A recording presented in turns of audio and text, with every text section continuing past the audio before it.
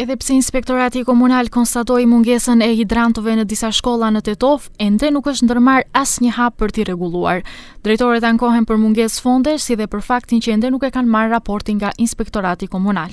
Neve nuk në ka ardhur ndonjë raport zyrtar për atë se çka ato kanë vërejt dhe çka mungon. Megjithatë, në bisede sipër me ata, ne kemi konstatuar dhe kemi verifikuar mungesat tona dhe kemi filluar në eliminimin e tyre. Edhe mungesa tjera kemi pat vetëm në modelin e hidrantëve, ato janë çështje të cilat ne mund vetë t'i zgjidhim dhe kemi filluar me këtë procedurë. Aparatet kundër zjarrit, domethënë i bëm servis, ato sepse i kishin kaluar afati i servisimit.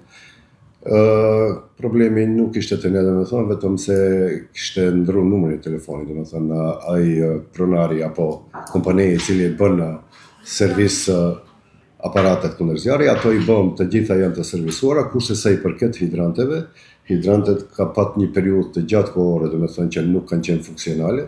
Po, ne nuk kemi, domethënë, buxhet, nuk kemi parapar buxhet për riparimin e këtyre hidranteve, sepse nuk i kemi ditur se në çfarë gjendje janë, kurse tani jemi në kontakt edhe me sektorin edhe me komunën e Tetovës dhe do të ndahen mjetet me siguri edhe do të freskohen ato dhe do të riparohen. Disa ditë më parë, kryetari i komunës së Tetovës Bilal Kasami deklaroi se komuna do të ndihmojë shkollat dhe institucionet komunale që nuk kanë mjete për këto pajisje.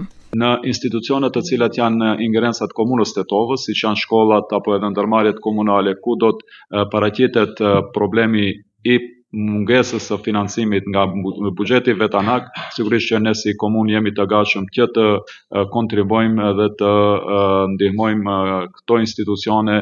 Javën e kaluar, Inspektorati Komunal filloi kontrollet në të gjitha institucionet komunale dhe shtetërore. Nga kontrollet e kryera në komunën e Tetovës u konstatua se vetëm 4 shkolla janë të pajisura siç duhet me sisteme kundër zjarrit.